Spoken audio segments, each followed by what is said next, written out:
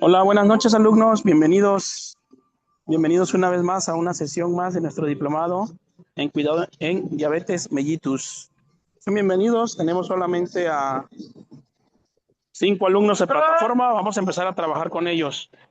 Me Pues parece. bueno, doctora, bienvenida, adelante, iniciamos la sesión de esta noche. Muy buenas noches. Favor de cerrar sus micrófonos para que no esté existiendo interferencias y bueno, pues cualquier cosa ya saben que estamos para servirles. En caso de que se tenga alguna duda o alguna inquietud, también favor de hacerla mencionar. Tenemos hoy la clase de diabetes mellitus, como es cada costumbre, cada semana. Y hoy vamos a ver acerca de las complicaciones macrovasculares y microvasculares de la diabetes. Les puse una lista de todo lo que nosotros vamos a ver de complicaciones macrovasculares, que son de las más importantes que vamos a tratar aquí y son de las causas por las cuales nuestros pacientes llegan a los diferentes servicios, ¿verdad? Entonces vamos a hacer, digamos que hasta incluso actualización de algunos términos que a lo mejor ya no son tan usuales, pero que sigue siendo lo mismo, ¿verdad? La patología es la misma. Nada más que ha cambiado a veces de nombre, pero finalmente lo importante es conocer la fisiopatología y con eso vamos a entender a la perfección todo lo que está pasando dentro de un paciente diabético y que es un sinfín de cosas. Entonces, claramente lo dice la ADA, médico o personal de salud que no sepa de diabetes no sabe nada. ¿Por qué? Porque nuestro entorno, nuestra movilidad institucional, pública o privada, pues se moviliza a través de los pacientes diabéticos, ¿verdad? Actualmente tenemos un lugar muy especial para la obesidad a nivel nacional y también así le sigue la diabetes, la hipertensión y las cardiopatías. Entonces, pues bueno, hoy iniciamos. Estas son las complicaciones microvasculares y entonces empezamos con la cardiopatía diabética y empezamos con la enfermedad coronaria y la diabetes mellitus. Tenemos que la enfermedad coronaria en el paciente diabético es una entidad que está caracterizada por la presencia de aterosclerosis acelerada y una disfunción microvascular. Todo esto va a estar de forma microscópica sucediendo cuando el paciente dice que no siente nada, ¿verdad? Porque lo clásico es que se acostumbren con su enfermedad, se acostumbren con sus cifras extremadamente elevadas de glucosa o incluso hasta de la presión arterial y dicen que no sienten nada. Por eso ambas enfermedades se les conoce como los asesinos silenciosos, porque poco a poco van avanza y avanza y avanza. Y miren, mientras tanto a nivel arterial tenemos esa imagen que es muy ilustrativa y dice deposición de la grasa en las arterias. Entonces vemos que la enfermedad coronaria en el paciente diabético afecta la circulación coronaria, aumentando el riesgo de enfermedad isquémica miocárdica, de un infarto agudo al miocardio y de muerte cardiovascular. Todo esto se va ocasionando por eh, las transgresiones dietéticas que tiene el paciente diabético y por supuesto por no llegar a sus metas y por no mantenerlas, porque a lo mejor llegó a sus metas que debería tener de 80 a 130 o dependiendo del grupo de edad del que estemos nosotros tratando, pero si ese paciente no se mantiene con sus cifras todo el tiempo normales de normoglucemia, entonces va a tener grandes complicaciones corporales, sobre todo a nivel de las arterias coronarias.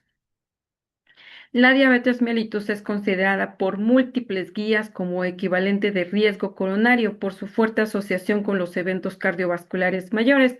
¿Por qué? Porque viene todo el combo del síndrome metabólico que incluye las dislipidemias. Dentro de las dislipidemias tenemos la hipercolesterolemia, la hipertrigliceridemia y también, por supuesto, que tenemos las cifras elevadas de glucosa y de presión arterial y todo esto va con el combo completo de la obesidad, ¿verdad? Entonces se viene con todo esto junto.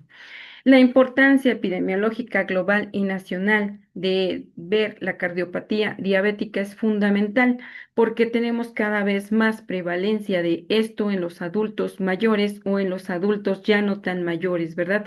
Antiguamente sí, en su mayoría eran personas seniles avanzados, ahora no. Ya son muchos y también tenemos problemas incluso con los niños o con los adolescentes porque ya sufren de diabetes, de obesidad y todo esto viene con resistencia a la insulina y también muchos de ellos ya son diabéticos, ya son hipertensos.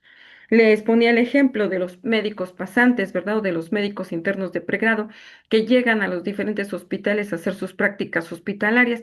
Muchos de ellos ya sufren de problemas de hipertensión o de diabetes o de obesidad, cosa que en la antigüedad era muy poco común que se viera este tipo de situaciones. En su mayoría pues, teníamos un índice de masa corporal aceptable, ¿verdad? Entonces, ahorita ha cambiado mucho la movilidad y la alimentación en el país. Tenemos que en México, por ejemplo, la prevalencia supera el 14%, con tendencia al alza y a un alto subdiagnóstico, es decir, muchas veces no entienden que ya tienen diabetes y que a veces lo diagnostican como diabético o porque llegó, por ejemplo, con una otitis media aguda, lo diagnostican como otitis media aguda e ignorando la diabetes o incluso una infección urinaria ignorando también cuánto llevaba de cifras de glucosa, ¿verdad? Todo esto puede ser mucho mayor de lo que verdaderamente se refleja. ¿Y por qué? Porque nuestro país, México, casi no realiza estudios de investigación y si los hacemos, pues es porque nos vamos a graduar, es porque vamos a obtener un título de algo y por eso, pues ahora sí que ya a regañadientes o ya sobre presión estamos trabajando para hacer el estudio de investigación, pero de que nosotros seamos espontáneos y que digamos, mira, yo estoy viendo que, por ejemplo, está al alza estos pacientes diabéticos hospitalizados o los que están llegando a la consulta externa, están llegando, por ejemplo, con 400 o más de glucosa y andan como si nada. Entonces, eso, por ejemplo, es lo que nos debería de despertar el interés por la investigación, ¿verdad? Pero muchas de las veces no. Por eso pueden ser muchos casos que están subdiagnosticados, es decir, no reportados por lo que debería de ser, ¿verdad? Entonces, esto también es ahora sí que es un golpe directo en la nación, porque en las clínicas, hospitales o clínicas rurales, clínicas privadas o públicas, ya sea en el medio urbano o rural, no se está haciendo ese tipo de diagnósticos y por eso existe este tipo de subregistros. Entonces vemos que la cardiopatía diabética se estima presente entre un 25 a 40% de los pacientes diabéticos, incluso en ausencia de síntomas, es decir, no van a tener síntomas, ¿verdad? La mayoría piensa que va a tener problemas, por ejemplo, que le va a andar doliendo el pecho, que va a tener dolor opresivo, que le va a faltar el aire, pues no. En su mayoría no va a presentar nada. ¿Por qué? Porque su mismo cuerpo se acostumbra a este tipo de problemas que se va adaptando. Entonces, cuando verdaderamente ya tiene problemas es porque ya está tapada una arteria o ya se infartó, ¿verdad? O ya incluso ya tuvo un EBC. ¿Y por qué? Porque nunca hizo caso de sus dietas, de sus metas. De hecho, no saben, muchos de ellos no saben las metas que deben de tener para ser un paciente diabético y desconocen que deben tener, por ejemplo, un control adecuado siempre. Y otro tanto, pues somos los mexicanos que decimos, va, total, me vale, de algo vamos a morir. Pues sí, pero hay diferentes maneras de cómo vamos a morir, ¿verdad? Entonces, se les hace siempre la invitación cuando van a la consulta de que deben de tomar apego dietético y farmacológico para evitar este tipo de complicaciones. Pero a veces nos hacen caso y a veces no, ¿verdad? Tampoco los vamos a obligar, porque si no, pues vamos a tener problemas de otro tipo, ¿verdad? Y no queremos. Entonces, bueno, este tipo de impacto epidemiológico posiciona, por ejemplo, a la cardiopatía diabética como un problema de salud pública prioritario y es un predictor independiente de mortalidad cardiovascular. Por supuesto que por eso pueden morir a muy temprana edad si es que no se cuidan bien a pesar de ser delgados, ¿verdad? Entonces vemos, por ejemplo, aquí la patogénesis de la cardiomiopatía diabética porque va aumentando su masa muscular, por lo mismo, porque se va a ir hipertrofiando. Se hipertrofia por muchas causas, como por ejemplo una inflamación crónica, por estrés oxidativo, por fibrosis miocárdica, se va poniendo el tejido duro y resistente por la resistencia a la insulina desde hace muchos años, por la lipotoxicidad. Les decía que antes de ser diabéticos, Tenemos, por ejemplo, muchos malos hábitos y a veces unos 7 o 5 años antes de que se presente ya registrado con, digamos, ya por laboratorio, se nos demuestre que tenemos diabético, ya somos diabéticos, tenemos previo a eso ya diabetes, ¿verdad? Entonces, esto también es algo que es alarmante. Por lo tanto, la cardiopatía diabética, pues es una entidad clínica reconocida por la presencia de cambios estructurales funcionales y metabólicos en el corazón de pacientes con diabetes mellitus, independientemente de si es hipertenso o de si tiene una enfermedad coronaria. A veces viene todo el combo junto, ¿verdad? Entonces, a veces empiezan con alguna disfunción valvular, con una hipertrofia del ventrículo izquierdo, el derecho, entonces empiezan con ese problema. Y aparte también nuestros pacientes diabéticos, sobre todo en climas fríos o demás, no olvidemos que tienen muchos de ellos exposición a leña, al humo de la leña, y eso también es un factor de riesgo. Y otro tanto más por actividades recreativas o por adicciones, pues también, ¿verdad? Ellos solitos ahora sí que se estropean su salud y por lo tanto, pues dañan principalmente al corazón. Por lo tanto, vemos que la cardiopatía diabética se va a caracterizar por disfunción diastólica. A nivel de la diástole va a haber un problema y esto va a progresar a una hipertrofia ventricular, principalmente ventrículo derecho y también el izquierdo, a veces ambos, ¿verdad?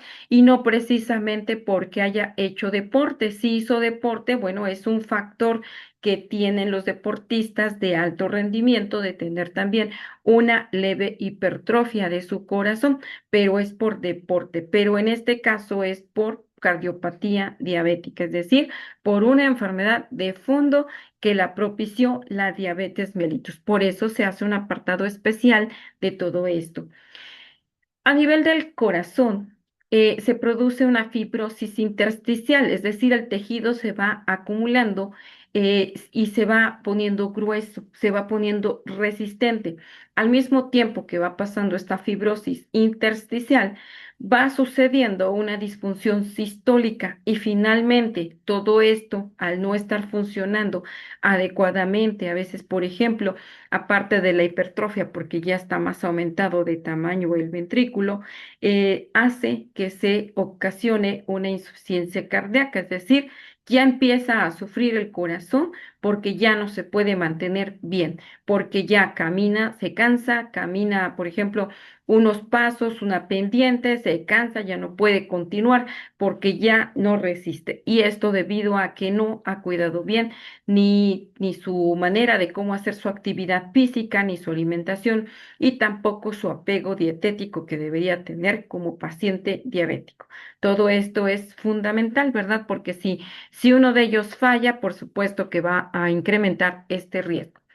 Su relevancia clínica radica en que constituye un factor clave de morbimortalidad cardiovascular, por ejemplo, siendo una de las principales causas de hospitalización, porque muchos de los pacientes llegan por disnea súbita o por disnea de pequeños o primero se hace la disnea o la falta de aire cuando va a caminar grandes distancias. Después ya es disnea de pequeños esfuerzos, después disnea de reposo, hasta estar sentado y para comer se cansa y le falta el aire. Entonces, esa es una disnea de reposo. ¿Y por qué pasa todo esto? Por todo lo que acabamos de ver, que no ha tenido un adecuado apego dietético, no se preocupa por su índice de masa corporal, no se preocupa por tener apego también farmacológico. Y entonces es una de las principales causas por las cuales nuestros pacientes están llegando a los servicios de urgencias en toda la República Mexicana, ¿verdad? Porque antiguamente se hablaba de que había, por ejemplo, predisposición de este tipo de padecimientos, sobre todo en el norte, después decían que parte del norte y parte del centro, y ahorita en toda la República, en toda. ¿Por qué? Porque hemos modificado mucho la manera de cómo se comía antes y cómo se come actualmente. Entonces, muchas personas incluso tienen muerte súbita, ¿verdad? ¿Y por qué? Por lo mismo, ¿verdad? Entonces, pues afortunadamente se van se van controlando, pero muchos de estos pacientes no lo hacen. Entonces existe una relación entre la diabetes mellitus y la enfermedad coronaria que va a ser muy apegada y es un factor de riesgo mayor e independiente para enfermedad coronaria. Veamos su fisiopatología y veamos cómo las arterias, por ejemplo, van teniendo la formación de una aterosclerosis acelerada y disminución del flujo sanguíneo. Vean cómo se va, por ejemplo, taponando ese vaso arterial y por supuesto que va disminuyendo el lumen por esa placa aterosclerótica.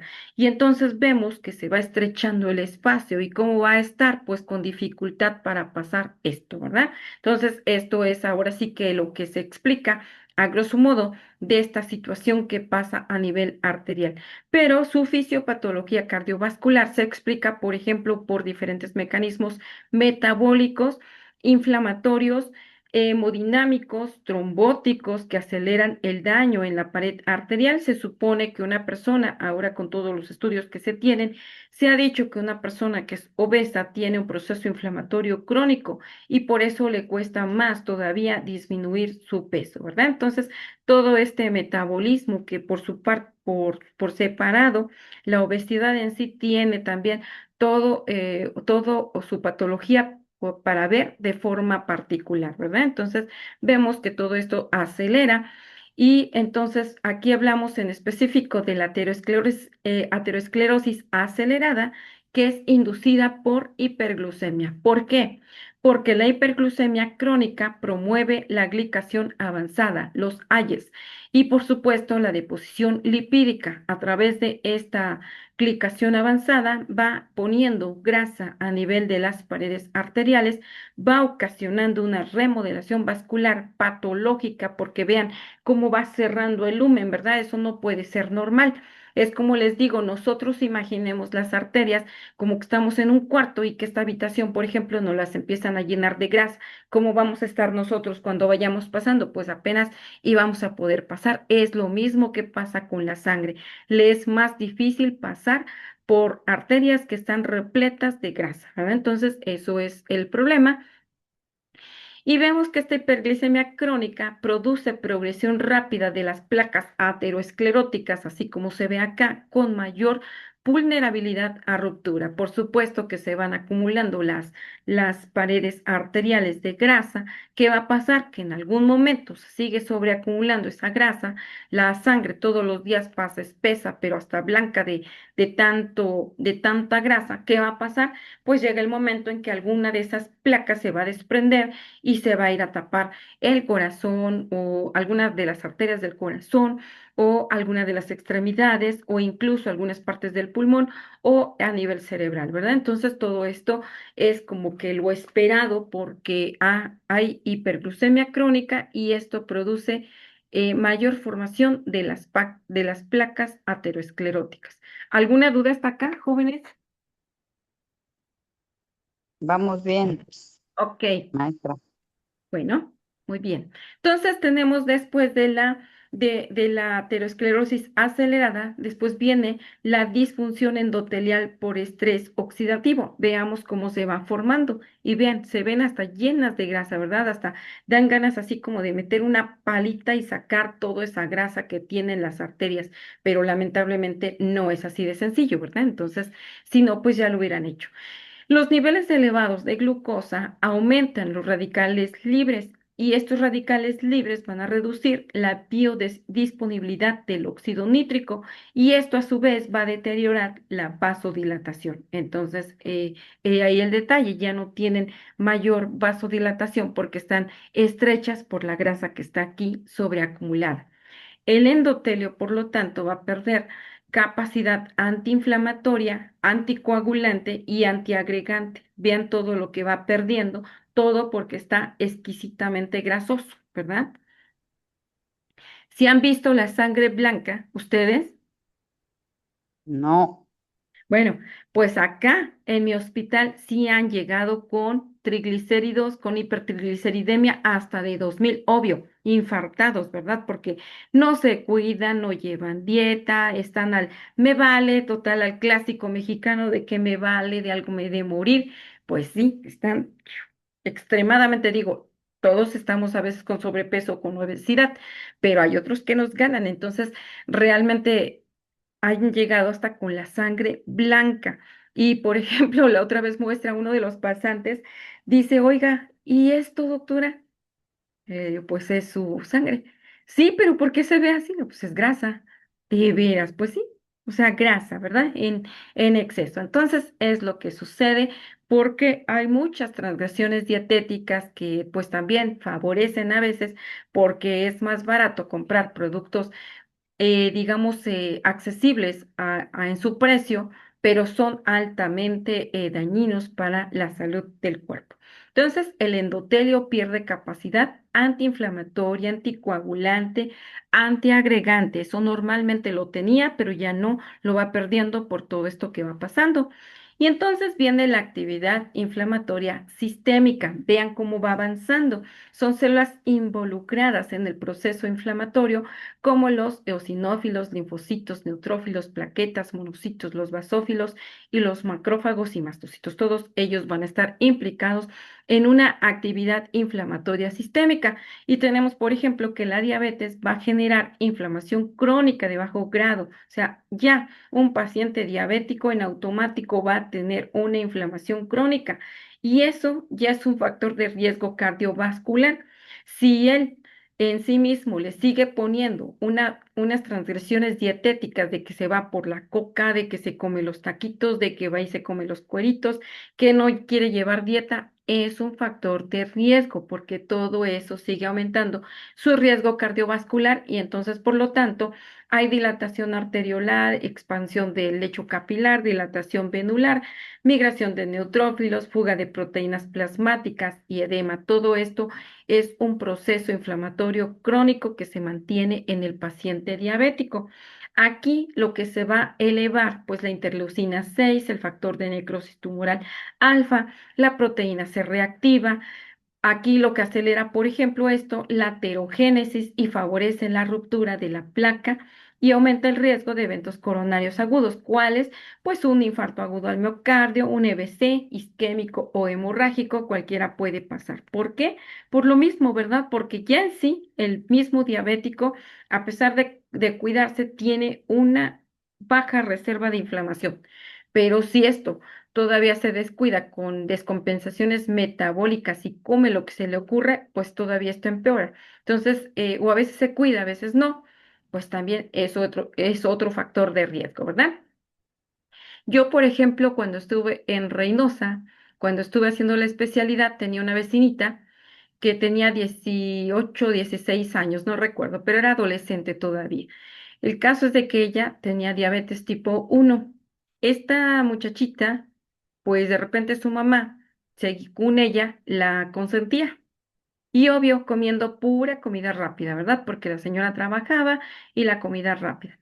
Justo cuando la iba a llevar con el endocrinólogo, no sé a dónde la llevaba, si le daban remedios o no sé qué hacía, y hagan de cuenta que siempre mantenía sus cifras extremadamente altas, altas, altas, altas, arriba de 250.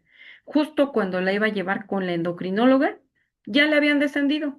Entonces, ella siempre estaba así, del quita y pon, y entonces la cuidaba solamente para llevarla a los servicios médicos de salud. Y eso no debe de ser, porque debemos enseñarle al paciente que no es para nosotros esa protección, ese cuidado es para ellos, es su cuerpo, nosotros no lo llevamos y si nosotros no nos cuidamos, se supone que nosotros de personal de salud debemos de saber qué es esta enfermedad, por eso la importancia de explicarla claramente para que nosotros podamos dar asesorías de cómo se deben cuidar. Ya si ellos no se quieren cuidar, bueno, pues ¿qué le podemos hacer, verdad? Tampoco vamos a ponerles una pistola y a ver, señor, se cuida, pues eso tampoco, ¿verdad? Pero verdaderamente a veces es el autoengaño de los pacientes que llegan a tener. Y bueno, todo esto se va a elevar y por eso en un paciente diabético que llega, por ejemplo, con dolor de las extremidades, que llega con cansancio, que siente que quiere hacer las cosas pero que no puede, que le falta fuerzas, que le falta como energía, como que no siente ese deseo de hacerlo, como que se siente muy aflojerado, desganado, sin fuerzas, bueno, pues es por esto mismo de las descompensaciones metabólicas que va teniendo. y lo más probable es que si le tomamos una proteína C reactiva va a salir elevada por arriba de 12 y no porque tenga un proceso séptico, sino que por lo regular va a ser por un proceso de tipo inflamatorio crónico que está teniendo de manera severa porque por la hiperglucemia permanente que tiene, que quiere tener este paciente. Entonces, hay alteraciones también lipídicas que son características del paciente diabético y vamos a, por ejemplo, a pedir el perfil lipídico típico que incluye LDL, que son pequeñas y densas células, y también, por ejemplo, que son más aterogénicas, también puede tener hipertrigliceridemia o reducción incluso de las grasas buenas, que son, por ejemplo, el HDL. Esto también lo vamos a ver, no se preocupen.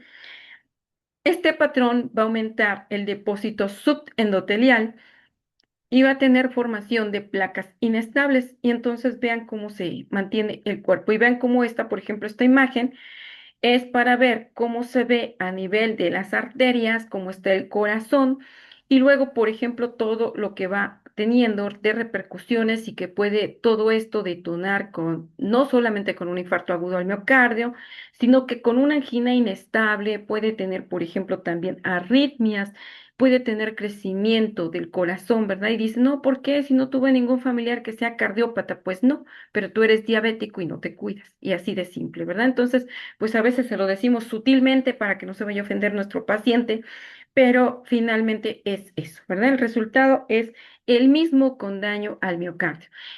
Después de todo esto viene el daño microvascular y la perfusión coronaria. ¿Cómo va a estar? Pues va a estar alterado y vemos que la diabetes daña los capilares, como se ve acá, vean cómo se ven estas paredes que se ven así como engrosadas y es por grasa, ¿verdad? Entonces son los capilares y arteriolas coronarias que se van llenando de grasa, afectando esta vasoreactividad y la reserva coronaria. Entonces, vean, por eso la importancia de que a veces, por ejemplo, hablamos de la coronariopatía diabética o de la cardiopatía diabética y muchas veces dicen, ah, sí, sí, sí, ¿con qué se comen las coronarias? O sea, momento, o sea, por eso tenemos que revisar, ¿verdad? Para saber bien de qué se trata y por qué la importancia de hacer énfasis en todo este tipo de patologías. Esto vemos que predispone a isquemia, incluso con arterias epicárdicas aparentemente normales, es decir, el infarto puede ser de dentro hacia afuera o de afuera hacia adentro. Entonces, y depende mucho de la edad que tenga la persona, ¿verdad? Para resistir este tipo de situaciones. De todo esto viene el estado protrombótico, es decir, antes de que se forme un trombo, viene un estado de densidad a nivel de la sangre. Y entonces va a ser el fenómeno de protrombosis del paciente diabético. La diabetes aumenta la PAI, que son, por ejemplo, aquí, por ejemplo, veamos este PAI que está incrementado y es el que va a, finalmente es una enzima que va a causar una hiperglucemia, hipertrigliceridemia. Perdón, no, el aspecto metabólico, discúlpenme, el aspecto metabólico ocasiona que haya, por ejemplo, al haber hipertrigliceridemia, hiperglucemia, se incrementa el PAI.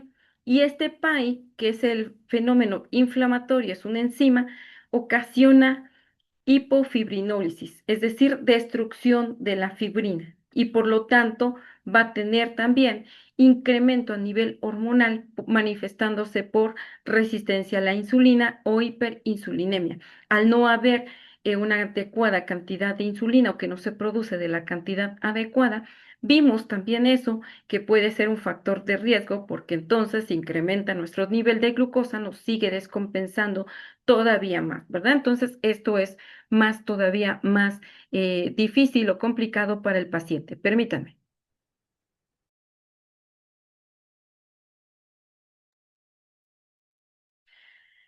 Y entonces vemos que por eso la diabetes aumenta la PAI-1, el fibrinógeno, la agregación plaquetaria, reduciendo la fibrinólisis o la destrucción de la fibrina y favorece la formación de trombosis coronaria. Y esto explica la alta mortalidad por infarto agudo al miocardio en pacientes diabéticos. Y antiguamente decían, es que nada más en el norte, pues no, en todo el país tenemos ya esa problemática. La resistencia a la insulina y el riesgo cardiovascular, ¿qué tiene que ver? Vean, Desde que tenemos los cuellitos oscuros que pueden decir, es que es mugre, no es mugre, es resistencia a la insulina.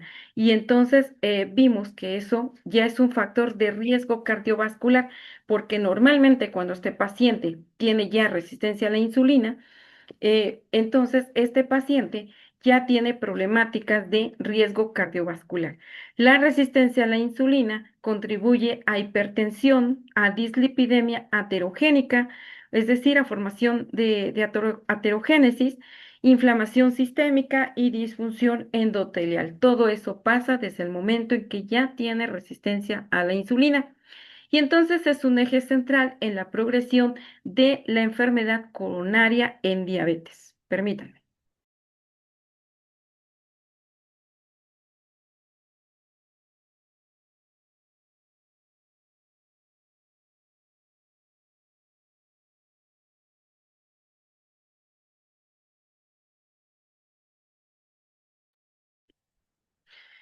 Y entonces viene la síntesis integradora. Y estas imágenes son de vasos arteriales que están cubiertos por grasa, ¿verdad? Por lo tanto, vemos que la enfermedad coronaria en diabetes es multifactorial. Por ejemplo, ateroesclerosis acelerada es lo que va a provocar una inflamación crónica, una disfunción endotelial, un perfil lipídico aterogénico, un estado protrombótico y una microangiopatía coronaria, que es el tema de hoy, y todo puede ser generado también por resistencia a la insulina, ¿verdad? Entonces, el resultado es un riesgo elevado de angina, de infarto agudo al miocardio y de muerte cardiovascular. Todo esto por no haber completado las metas y por no mantener las metas de un paciente diabético. La fisiopatología, veamos, tenemos por ejemplo la obesidad y la diabetes y por ejemplo tenemos que se puede generar una muerte súbita cardíaca, pueden tener factores de riesgo cardiovascular, por ejemplo la distribución del tejido adiposo que puede ser de manera irregular, ocasionando enfermedad coronaria, accidente vascular cerebral, fibrilación auricular, insuficiencia cardíaca y arritmias ventriculares. Todo eso digamos, por la cardiopatía diabética. Vemos entonces que la diabetes mellitus promueve la enfermedad coronaria mediante un conjunto de mecanismos que van a estar interrelacionados y estos, pues nuevamente, hiperglucemia crónica, disfunción endotelial, inflamación persistente y crónica, alteraciones lipídicas, de colesterol, de triglicéridos, un estrés oxidativo alterado, un estado protrombótico y el daño microvascular. Y todos estos factores actúan de forma simultánea y aceleran la aterosclerosis. Entonces, ahí está la respuesta del por qué siempre dicen, ay, es que yo me cuido, pues sí, pero ¿cómo te cuidas, verdad? Dicen, si ahí salen hasta los chicharroncitos. Entonces, no, pues ¿cómo se está cuidando? Entonces, la hiperglucemia crónica y la aterosclerosis acelerada tiene su explicación. Y viene, por ejemplo, que la hiperglucemia persistente genera productos de glicación avanzada, los AGEs, que se van a acumular aquí en la pared arterial, así como se ve, y alteran las proteínas estructurales, incrementando una rigidez vascular. Van a estar las arterias rígidas, ya no van a estar como estaban antes. La hiperglucemia persistente activa receptores RAGE y esto va a potenciar la lesión endotelial y la formación de la placa aterosclerótica inestable. Todos estos receptores RAGE también tienen que ver con lo que están recibiendo y por eso ellos favorecen para que se vayan haciendo las arterias más duras, esas paredes arteriales, y van formando esa placa aterosclerótica que va siendo inestable. Vean aquí. Por ejemplo, la meta es mantener los niveles normales de glucosa de 80 a 130 dependiendo de la edad, ¿verdad? Entonces, ¿qué son los RAGE? Pues son receptores transmembrana pertenecientes a la familia de las inmunoglobulinas. Recordemos, las inmunoglobulinas son parte de la inmunidad que tenemos. Los RAGE se unen a múltiples ligandos, por ejemplo, especialmente a productos finales de la glicación avanzada, que son los AGEs, y las moléculas acumuladas por el estrés oxidativo, por envejecimiento o incluso por hiperglucemia crónica. Entonces, esto es lo que vamos a ir teniendo. Los RAGes son receptores de reconocimiento de patrones implicados en la inflamación, en el daño tisular y en enfermedades metabólicas. Por eso, para que sepan por qué estamos hablando de los RAGes, ¿verdad? Y entonces vemos que la diabetes habla de la hiperglucemia con incremento de los AGEs, ahora sí ya sabemos qué son, con activación crónica de los RAGE y con aterosclerosis acelerada. Y por lo tanto, la aterosclerosis acelerada también puede producir, por ejemplo, esta hiperglucemia crónica puede ocasionar nefropatía diabética, retinopatía, neuropatía e inflamación sistémica. Si se dan cuenta, todo va de la mano, ¿verdad? Por supuesto que estos los vamos a mencionar en otros momentos y como quiera yo se los sigo recordando para que ustedes sepan muy bien qué son los AGEs, qué son los RAGE y que todos ellos finalmente van a contribuir para provocar otro tipo de complicaciones en el paciente diabético. ¿Sí queda claro aquí, hasta aquí todo esto?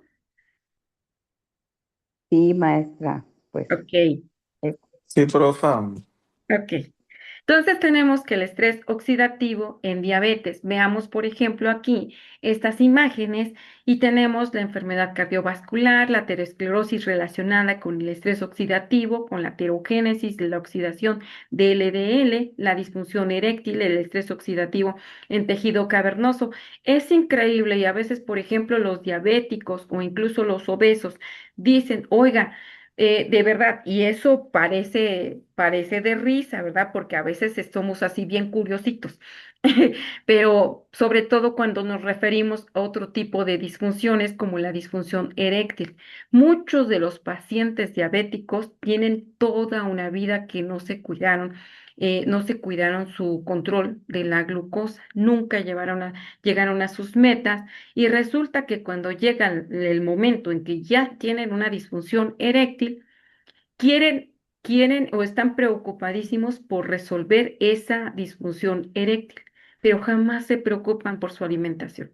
Qué increíble, ¿no? Entonces, así es el ser humano de terrible, porque ya que se dañó todo y que probablemente ya no vaya a haber reversión, y ya entonces se pone a gastar que con el urólogo, con otro urólogo, se va a México, se va a Monterrey, se va a Guadalajara, se va a todas partes se va de la República para que le corrijan su disfunción eréctil.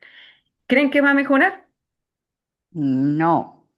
No, no, toda una vida tuvo para cuidarse, para decir, sí, me voy a cuidar, porque sobre todo aquellos chicos que les encanta ser, como dicen coloquialmente, cumplidores en el sexo, pues debieron preocuparse por bajar de peso, por tratar de cuidar su función eréctil todo el tiempo, porque tarde o temprano se iba a deteriorar. Y pues es lo que pasó y por eso ya hay disfunción eréctil, ¿verdad? Entonces, eso, pues ahora sí que a veces es de lo que más les preocupa y a veces, por ejemplo, cuando van a la consulta, muy pocos caballeros nos dicen eso. A veces incluso nos habla la esposa y dice, oiga, es que fíjese que pues ya tiene problemas de esto. Ah, ok. O incluso dice, es que su pene ya estaba pequeño. También, ¿por qué? Por la misma obesidad, ¿verdad? Entonces se simula que es más pequeño y pues hay muchos problemas que no los dicen coloquialmente porque verdaderamente les da pena tocar esos temas, son un tabú para muchos. Entonces, pues bueno, todo eso es generado por el estrés oxidativo alterado. También la retinopatía diabética, que activa, por ejemplo, el NF beta, causa apoptosis celular o la muerte celular programada, se altera, ya no se mueren las células como normalmente lo hacían. La nefropatía diabética con incremento, por ejemplo, de agua, de oxígeno, de peroxidasa lipídica en la célula mesangial, las neuropatías diabéticas, que hay degeneración neuronal que está relacionada todo con el estrés oxidativo. Entonces, vean nada más la importancia que tiene también el adecuado control de un paciente diabético. Entonces, el estrés oxidativo en diabetes habla del exceso de glucosa que promueve, vean, la sobreproducción de especies reactivas de oxígeno.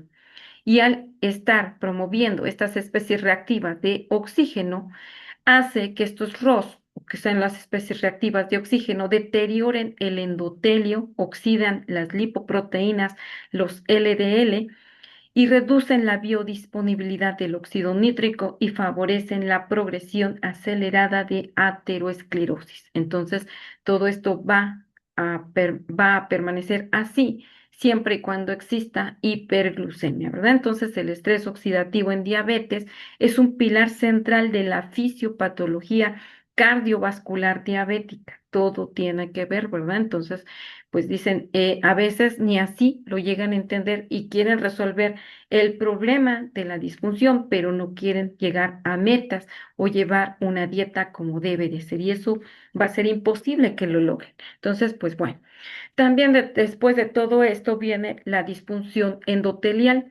A nivel del endotelio, veamos, por ejemplo, esto, que con la edad, por ejemplo, va a haber disfunción, ¿verdad? Normalmente por la edad, por el tabaco, por la obesidad, por las drogas, por la diabetes, la hipertensión, la hiperlipidemia. Todo esto puede ocasionar un daño o disfunción del sistema endotelial, y por supuesto que va a ocasionar también retinopatía diabética, nefropatía vascular, disfunción endotelial a través del sistema microvascular, accidentes cerebrovasculares que declinan también con procesos cognitivos o con infartos lacunares, con anginas de pecho, con anginas, por ejemplo, vasoespásticas.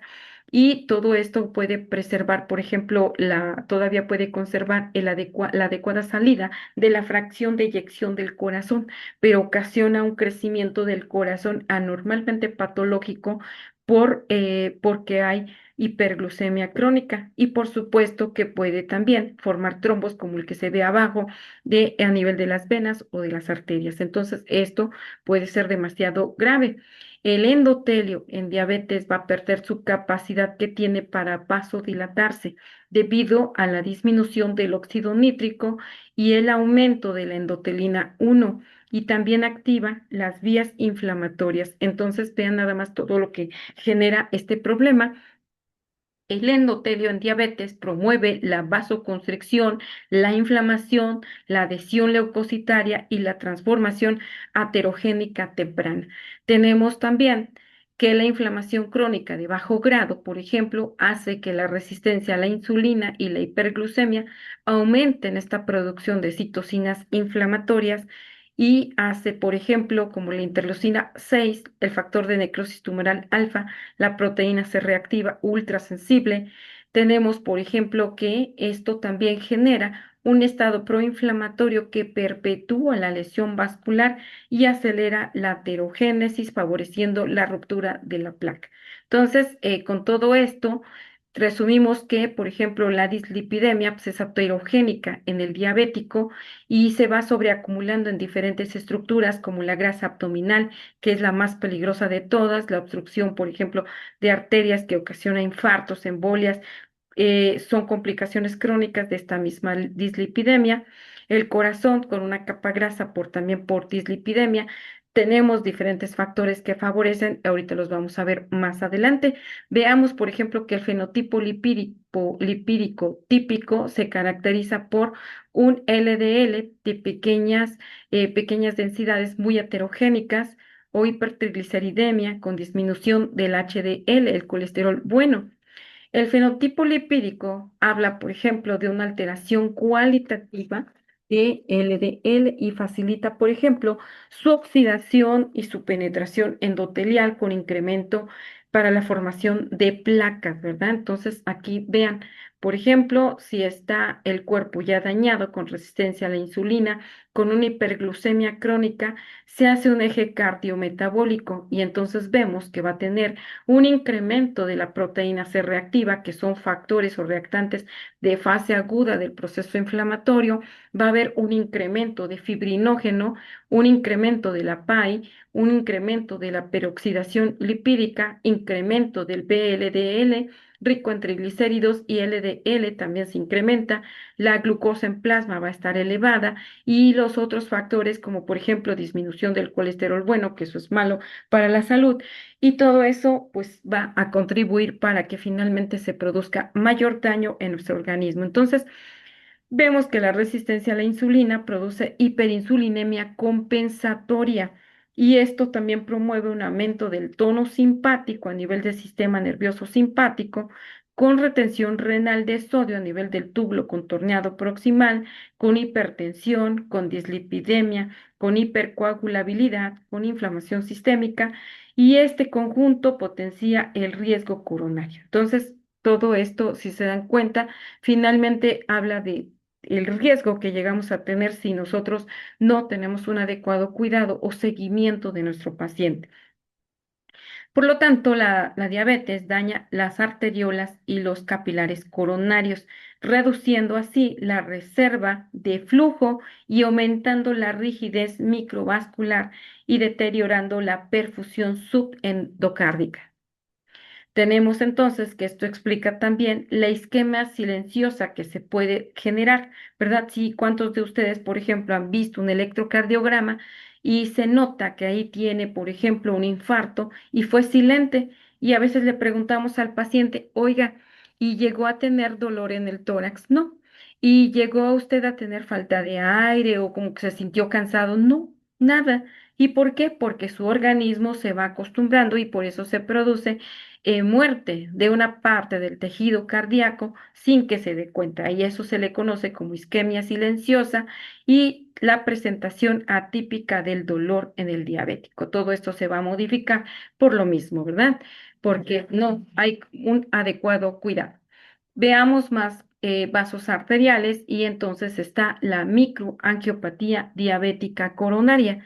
Y tenemos el estado protrombótico en la diabetes. Veamos, por ejemplo, esta imagen que habla del daño en la pared arterial por hipercolesterolemia, diabetes, hipertensión, por hábito tabaco, y vemos que la inflamación y la hipoxia es un agregado para la nueva neovascularización que va a ser deficiente. Entonces, esto es lo que también refleja el daño que se está generando como consecuencia de un inadecuado control del paciente diabético. ¿Alguna duda hasta acá? Uy, ahí vamos, No, ahí vamos. profe. Ok. Sí, son así, pero pues ni modo, ¿verdad? Entonces tenemos la elevación de la PAI-1, del fibrinógeno, de la agregación plaquetaria, del incremento de la viscosidad sanguínea. Reduce todo esto la fibrinólisis y entonces el resultado va a ser un ambiente procoagulante que favorece la formación de trombos coronarios y complicaciones como un infarto agudo al miocardio externo o incluso una trombosis venosa profunda, una tromboembolia pulmonar. Cualquiera de esas cosas pueden pasar, incluso a veces hasta viajan y resulta que vinieron, por ejemplo, se me ocurre, obvio que no a todos les pasa, ¿verdad? Porque si no, imagínense cuánto más índice tendríamos de pacientes con trombosis venosa profunda o con un infarto en alguna parte del cuerpo, pero muchos de ellos vienen y pues ya vienen con la pierna así, modificada de volumen, con el edema, con el dolor, cambiada de color, y por supuesto que se sospecha que haya tenido una trombosis en ese lapso que tuvo de viaje, ¿verdad? Y bueno, son cosas así que suelen suceder. También así hay activación de la placa ateromatosa y vemos que las placas ateromatosas en los diabéticos suelen ser más blandas, con un núcleo lipídico voluminoso. Vean cómo se ve esta placa y vean cómo se ve, por ejemplo, el núcleo lipídico. Entonces son blandas, tienen una cápsula fibrosa que es muy delgada y mayor infiltración inflamatoria. Entonces todo esto se sigue provocando. Y veamos aquí, por ejemplo, esta imagen con disfunción endotelial, con infiltración monocitaria, con migración y proliferación de fibroblastos y también, por ejemplo, rotura y trombosis. Y acá vemos, por ejemplo, toda la grasa que se está sobreacumulando a nivel del vaso arterial. Entonces, pues eso es lo que nos queda de esto. Y vemos la activación de la placa que aumenta la probabilidad de erosión o de ruptura, que es una principal causa del síndrome coronario agudo. En todo esto viene la disfunción del miocardio y la cardiopatía diabética. Veamos cómo está, por ejemplo, aquí el miocardio, un miocardio que va a permanecer inflamado. Vean aquí, por ejemplo, se ve la pared gruesa, rojiza, y entonces es reflejo de que está inflamada. La disfunción del miocardio, eh, independientemente de si tiene enfermedad coronaria o no, vemos que la diabetes causa rigidez en el miocardio, causa fibrosis intersticial, causa hipertrofia y alteración del metabolismo energético del cardiomiocito. O sea, ya está alterado el cardiomiocito. ¿Qué es el cardiomiocito? Pues la célula cardíaca del miocardio, ¿verdad? Entonces, es el hijito del miocardio que está rígido y que ya está alterado. Entonces, esta disfunción del miocardio genera insuficiencia cardíaca, incluso con arterias relativamente permeables. Tenemos, por ejemplo, la integración fisiopatológica final, ya para que terminemos de la fisiopatología, ¿verdad? Vean aquí, por ejemplo, a nivel del corazón está produciendo insuficiencia cardíaca. Vean, aquí empieza a sufrir. Cuando hablamos de insuficiencia cardíaca, insuficiencia renal, insuficiencia cerebral, insuficiencia hepática, hablamos de que hay un sufrimiento. Significa que no puede hacer lo que debería de hacer ese corazón y que le está costando y que a como puede, lo logra hacer, ¿verdad? Logra hacer su función que normalmente hacía, pero que ahorita le está costando mucho. Entonces, hablamos de que la mujer diabética es 5 veces, tiene 5 veces más riesgo de una insuficiencia cardíaca, sobre todo después de la menopausia se incrementa este problema, porque antes de esto los estrógenos nos protegen de un infarto, por eso es muy raro que una mujer antes de la menopausia se infarte, pero pregunten después de cuando ya está la menopausia, muchas de las mujeres se infartan, ¿verdad? Entonces, es ahí por eso más riesgoso esto. En el hombre diabético es 2 a 3 veces más riesgo de una insuficiencia cardíaca y vemos, por ejemplo, que los diabéticos tienen mayor probabilidad de desarrollar enfermedades cardiovasculares que los no diabéticos. Y vemos que entre un 30 a 40% de estos pacientes enfermos del corazón son diabéticos. Sin embargo, de 100 diabéticos, solo un 20 a 30% tiene enfermedad cardiovascular. Entonces, ¿qué nos hace? ¿Qué nos dice todo esto? Pues que tenemos que tener más precaución con los pacientes, primero con nosotros, ¿verdad? De cómo nos alimentamos, qué comemos, qué bebemos, y después, pues por supuesto, con los pacientes, ¿verdad? Porque si no, ¿cómo vamos a cuidar a alguien si nosotros no nos cuidamos, ¿verdad? Entonces, eso no puede ser así. Y bueno, vemos que, vean, les pongo bastantes arterias para que vean cómo están extremadamente grasositas y eso es un peligro para todos. Entonces vemos que la combinación de hiperglucemia crónica, de estrés oxidativo, de inflamación crónica, de dislipidemia heterogénica, de resistencia a la insulina y del estado protrombótico y la microangiopatía, todo esto produce un terreno fisiopatológico extremadamente vulnerable para una aterosclerosis prematura y para eventos coronarios mayores. Entonces, pues, esto es así. ¿Alguna duda hasta acá? ¿No? Bueno, No. continuamos entonces. Tenemos la presentación clínica general de la cardiopatía diabética. Veamos, la cardiopatía diabética en general es silenciosa en etapas iniciales y esto va a dificultar la detección temprana en la práctica clínica. Por eso no lo sospechamos muchas de las ocasiones, pero deberíamos sospecharlo siempre y a veces también dicen, los ojos no ven lo que la mente no sabe. ¿Qué vamos a ver? Nos ve el diabético, lo vemos y pues si no sabemos de diabetes, ¿qué le vamos a encontrar? Pues nada, decimos, no, no tiene nada ya, que se vaya a su casa. No sé ni para qué viene, ¿verdad? Entonces, pues ahí el detalle. Entonces tenemos muchos pacientes permanecen asintomáticos durante muchos años, mientras esto se va desarrollando y va ocasionando una disfunción diastólica con hipertrofia ventricular y con fibrosis miocárdica. O sea, esto ya está con todas los componentes de una cardiopatía diabética.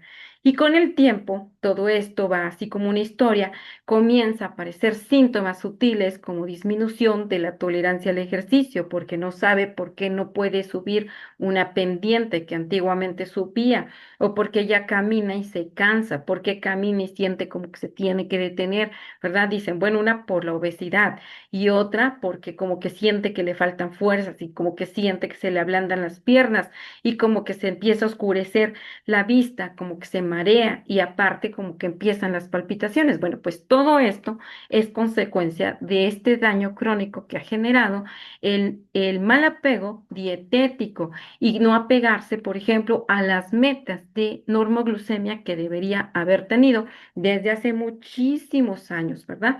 Entonces, les digo que a veces llegan mis pacientes y son bien curiositas porque me llegan a decir el mitote de que ningún médico les ha explicado cómo debe ser su dieta. Y le digo, ¿cómo cree? ¿Cuánto tiempo lleva de ser diabética? No, pues 20 años, 25. Le digo, ¿es en serio? O sea, ¿es en serio? Pues sí. Le digo, no, pues no lo creo. O sea, alguno. O sea, yo no dudo que haya por ahí algunos colegas que no quieren que la paciente se cuide, que dicen, déjala, que siga comiendo y que siga llegando a la priva.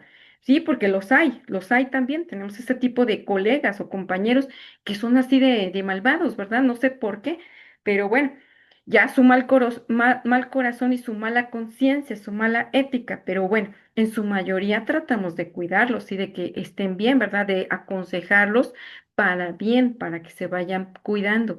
Pero bueno, les digo, no creo que ninguno de los colegas le haya explicado, pero bueno, según ellas, no sabe. Entonces, con el tiempo comienzan a aparecer síntomas sutiles de disminución de la tolerancia al ejercicio, fatiga progresiva, disnea leve con esfuerzos habituales. Esta progresión, por ejemplo, va siendo insidiosa, a veces se presenta, a veces no. Es un enfoque proactivo de tamizaje en pacientes diabéticos, por eso tenemos que platicar muy bien con ellos, verlos cómo llegan caminando o ya llegan utilizando silla de ruedas. Yo siempre les pregunto, oiga, ¿y por qué usa silla de ruedas? No, pues es que mire, por ejemplo, pues es que ya no puede caminar, pero ¿por qué? No, pues es que me siento muy cansado. Ah, caray. ¿Y desde cuándo anda muy cansado? No, pues ya tiene rato. Ah, caray. ¿Y qué le han hecho? No, pues nada. Entonces tenemos que pensar, ¿verdad? Siempre por qué llegó en la silla de ruedas, desde cuándo está utilizando la silla de ruedas. Sí, a lo mejor tiene una amputación, pero hay señores que incluso hacen ejercicio a pesar de estar amputados. Entonces tampoco eso es un pretexto para estar utilizando solamente persistentemente la silla de ruedas, ¿verdad? Entonces hay que preguntar del por qué. La disnea de esfuerzo. La disnea, por ejemplo, se presenta debido a la incapacidad que tiene el ventrículo izquierdo y que tiene incapacidad para que logre relajarse de forma adecuada, o sea, se cansa. Y, por supuesto, para manejar el volumen telediastólico ya no puede compensarse a sí mismo ese corazón y genera todo esto un aumento de las presiones de llenado a nivel ventricular y, por supuesto, que va a tener intolerancia al ejercicio. La combinación, por ejemplo, dijimos que ya con esto, con la misma diabetes y con no tener cifras normales de glucosa, va a tener rigidez ventricular. Y eso también genera una microangiopatía coronaria con alteración franca del metabolismo miocárdico y esto va a reducir la capacidad que tiene el corazón para compensar de forma adecuada su funcionamiento normal que tiene y por supuesto incrementa su gasto cardíaco durante el esfuerzo que realiza para caminar, para ir a la tienda, ¿verdad? Porque a veces ya no quieren utilizar ya no, les digo, van a la esquina y con el carro, van por las tortillas y con el carro, van a la esquina y otra vez al súper y pues resulta que van con el carro y todo con el carro, ay, porque no voy a regresar cargando, porque voy a ir a la tienda y porque no quiero caminar. Entonces, todo eso son pretextos que a veces ponemos todos como seres humanos y que no debería de ser, deberíamos caminar, ¿verdad? Y a veces ya también las combis pasan hasta enfrente de la casa y ya dicen, ay, subo a mi combi y ya me voy. ¿Y dónde me deja? A la puerta de mi trabajo. ¿Qué camino? Nada. Y eso es también una condicionante para no hacer ni siquiera la caminata para el trabajo, ¿verdad? Entonces, esto ocasiona fatiga temprana, disminución del rendimiento físico, una recuperación prolongada después de las actividades moderadas y sobre todo en pruebas de esfuerzo. Estos pacientes, por ejemplo, presentan una respuesta cronotrópica reducida con menor consumo máximo de oxígeno. Entonces, aquí se va viendo que todo esto va teniendo ya leves descompensaciones. Puede tener fatiga todo el tiempo, o sea, tiene ganas de hacer las cosas, pero como que se siente aflojerado, como sin fuerzas, como que se siente que quiere, por ejemplo, levantarse, pero se siente desganado y dice, ay, no me quiero ni levantar. Y a veces, por ejemplo, incluso tienen la fascias ya con los ojos hundidos, la facies cansada, la mirada indiferente, ya hasta parece como si tuvieran una cronicidad de alcoholismo crónico. ¿Se han visto a los alcohólicos crónicos, verdad? ¿Sí los han visto? ¿Sí? Sí, maestra. Sí, sí, sí, ¿Y sí. cómo se ven?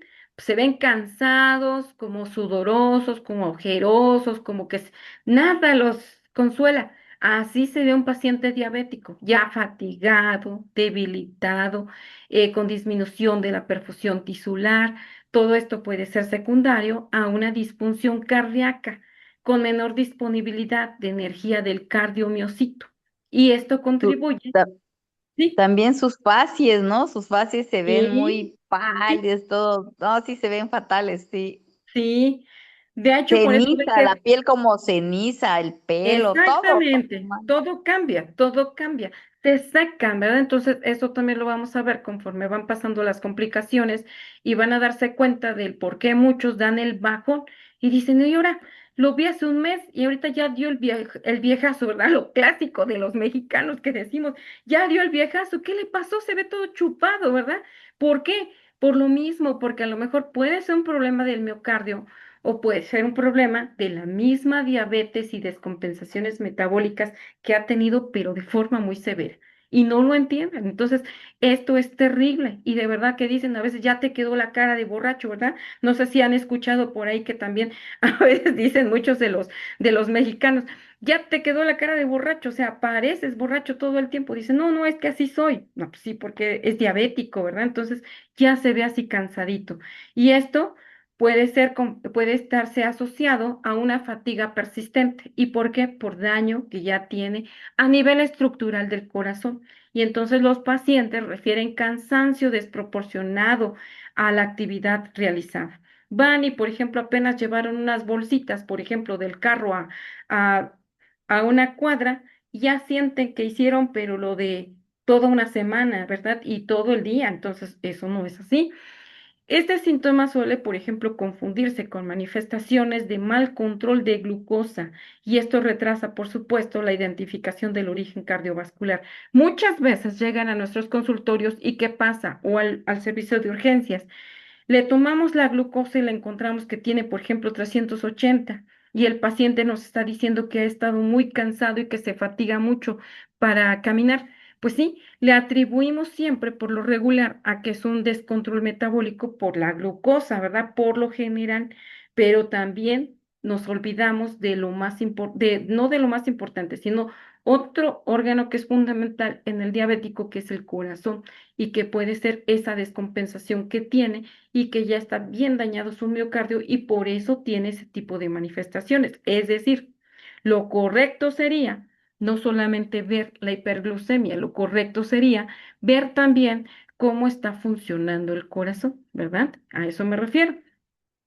Y entonces puede cursar con edema periférico y con signos de congestión. Si se van dando cuenta, esto va conforme va avanzando su evolución de un paciente diabético.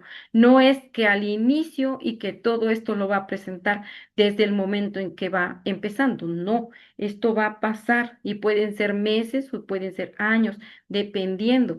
Y ya después, pues empieza con edema periférico, que a veces, por ejemplo, ya despertó y está como con la carita como sapito, todo hinchadito, ¿verdad? O dice, no, pues es que ya me hincho de las piernas, caminé, o sea, no me pasaba esto, pero caminé, por ejemplo, de aquí al centro y resulta que ahora se me hincharon las piernas. Pues sí, ya hay un problema allí. Entonces, esto va avanzando y por eso en etapas más avanzadas, el aumento de las presiones del llenado del ventrículo izquierdo va a ocasionar congestión pulmonar y puede ocasionar un edema periférico que puede ser parcial en alguna parte del cuerpo o puede ser generalizado cuando ya avanzó más. Esto puede observarse un edema de los miembros inferiores que se acuesta y le falta el aire y que tiene que despertar inmediatamente porque dice, ay, no sé qué me pasó. O sea, pues sí, porque se acostó y sintió que se le iba la respiración. Se tiene que poner rápidamente en otra posición o con almohadas en alto para que no le falte el aire. ¿Y por qué? Porque ya empieza a retener líquidos, por eso se genera la ortopnea por disfunción ventricular principalmente, ¿verdad? Entonces también la ortopnea es cuando se acuesta y le falta el aire. La disnea paroxística nocturna dice, pues llegando a la noche me falta el aire, ¿verdad? A veces lo despierta, incluso se duerme bien y al rato despierta y así como asustado, como sobresaltado y dice, ay, pues es que me faltaba el aire.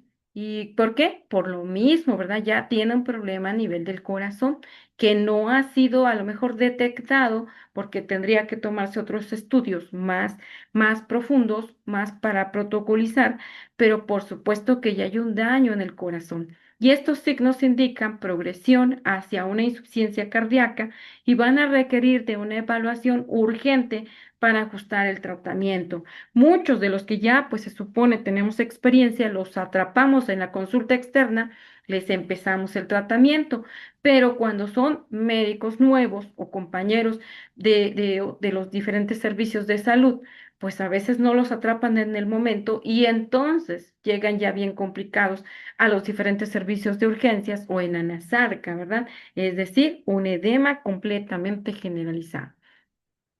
La taquicardia, por ejemplo, también puede tenerla en reposo. Está viendo la tele y de repente, pum, pum, pum, pum, pum, empiezan las palpitaciones. Y esto es secundario a alteraciones autonómicas. Y esto también es consecuencia de que ya hay daño a nivel del corazón o de las arterias coronarias. También esto se puede presentar como una neuropatía autonómica cardíaca, es decir, nada más de repente siente como que le palpita el corazón y como sobresaltos y como dolor, ¿verdad? Entonces, esto también es esperado en los pacientes diabéticos. También es frecuente en pacientes que ya tienen muchos años de ser diabéticos. También la taquicardia en reposo y alteraciones autonómicas que se pueden manifestar como una taquicardia sinusal persistente. A veces incluso hasta están en hospitalización y dicen, pues ya pasó a cirugía, por ejemplo, de lo que ustedes quieran, una hernioplastia o le hicieron, por ejemplo, le quitaron o le hicieron una colecistectomía, una apendicectomía, cualquiera de esas cosas.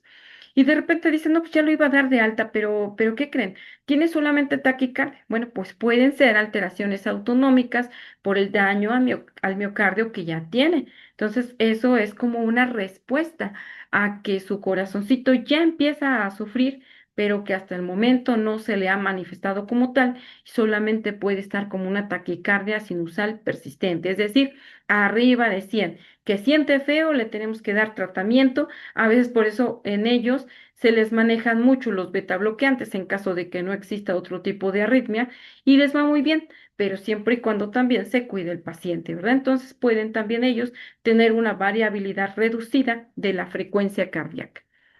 La taquicardia, por ejemplo, en reposo y alteraciones autonómicas tienen también disminución de la respuesta a los cambios posturales.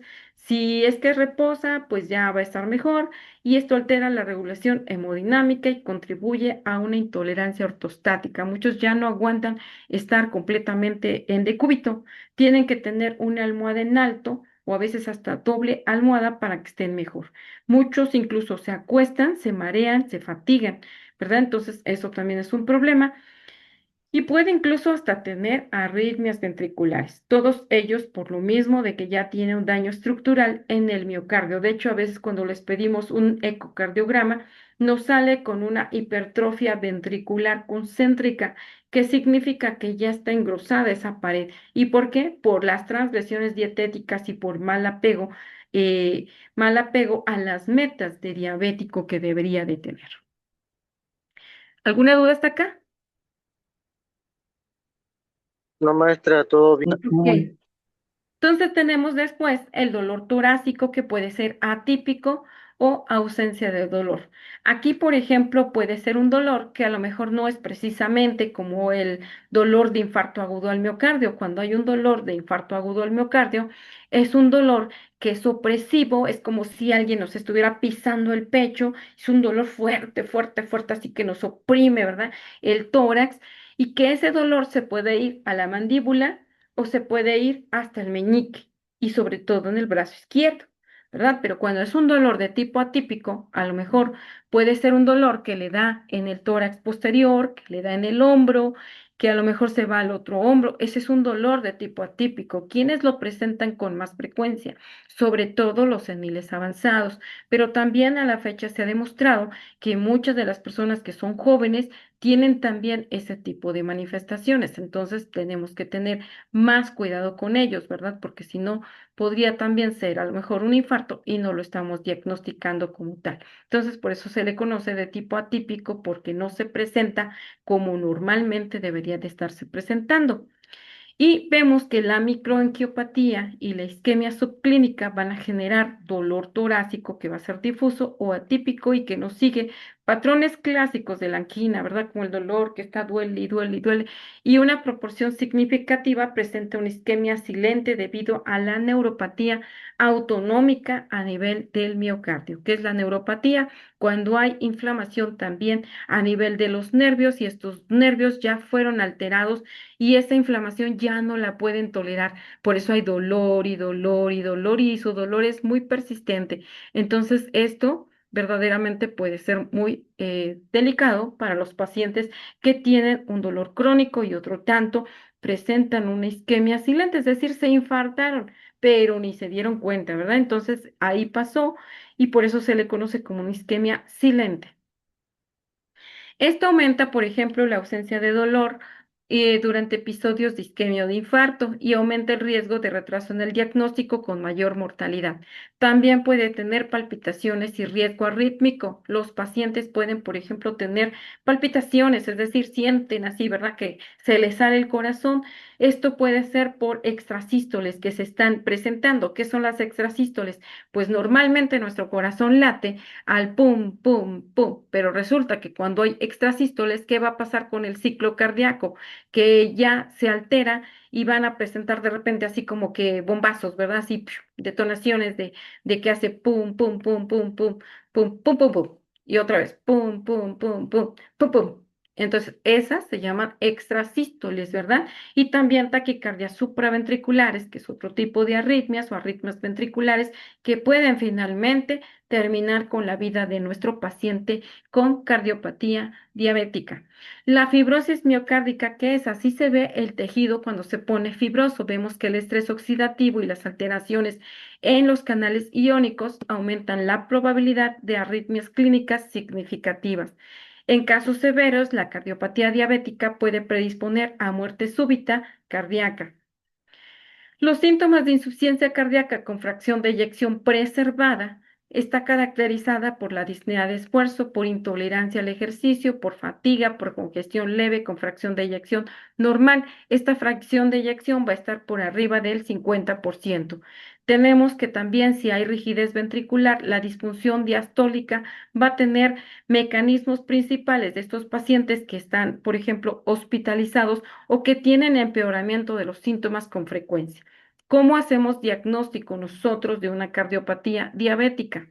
Vean, este corazón está extremadamente grasosito, por eso se los muestro para que vean cómo termina un paciente mal controlado de la diabetes. Entonces, el enfoque general es diagnosticar la cardiopatía diabética, requiere de la buena historia clínica, por ejemplo, preguntarle, ¿verdad? Si fuma, si toma, si se droga, todo eso hay que preguntarlo porque en la actualidad tienen muchos unos hábitos bien diferentes a los que antiguamente se tenían, ¿verdad? Antiguamente, pues en su mayoría, pues si tenían exposición al humo, eso pues en su mayoría era por trabajo. Y ahorita ya muchos consumen drogas de diferentes tipos. Entonces, también eso incrementa su factor de riesgo y más si son diabéticos y todavía tienen una valvulopatía porque a veces tienen otro tipo de comorbilidades asociadas y eso también incrementa más el riesgo. Entonces hay estudios de imagen, biomarcadores y el objetivo de todo esto, de hacer un diagnóstico ideal de cardiopatía diabética,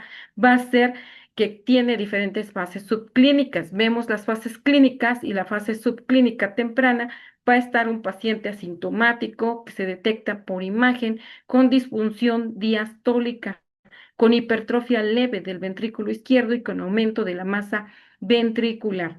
Hay relación del eje elevada con disminución septal lateral y reducción del strain longitudinal global. La fase clínica avanzada son síntomas de insuficiencia cardíaca, disfunción sistólica tardía, dilatación ventricular progresiva. Los síntomas iniciales frecuentes pero inespecíficos pueden ser, por ejemplo, disnea de esfuerzo progresiva de la clase funcional 1 a 2 de la NIJA. ¿Qué significa? Si nosotros vemos que tiene, por ejemplo, cuando hablamos de una clase funcional, normalmente vamos a dividir el tórax, observemos bien, el tórax lo vamos a dividir en 4 cuadrantes. Empezamos de las bases, nos vamos a las partes medias, nos vamos a las partes antes de llegar al ápice y dividimos 3 y 4. Entonces, si estamos en las bases, estamos hablando de una clase funcional 1 porque los líquidos están en las bases. Si hablamos de una clase funcional 2, estamos hablando de que está a nivel de las tetillas. Si hablamos de una clase funcional 3, está arriba de las tetillas y ya hablando del 4, es cubierto todo de líquidos. ¿Qué significa? Cuando está sobre todo en la clase funcional 3, 4, es un paciente hospitalizado. Si es un 4, tiene que estar intubado porque si no ya estaría muerto. ¿Sí? ¿Sí queda claro esto de la disnea, de cómo va progresando? Sí, ¿Sí? sí, Sí, maestra. profe. ¿Ok? También, por ejemplo, otra manera de cómo diagnosticar que nuestro paciente tiene disnea, le preguntamos si se cansa, por ejemplo, para caminar. Si lo vemos que llegó caminando y corriendo y como si nada, no, no tiene nada, o sea, no, porque si no, pues va a pasar como una pacientita que un día me llegó a la consulta y me decía que la habían mandado porque tenía problemas para respirar.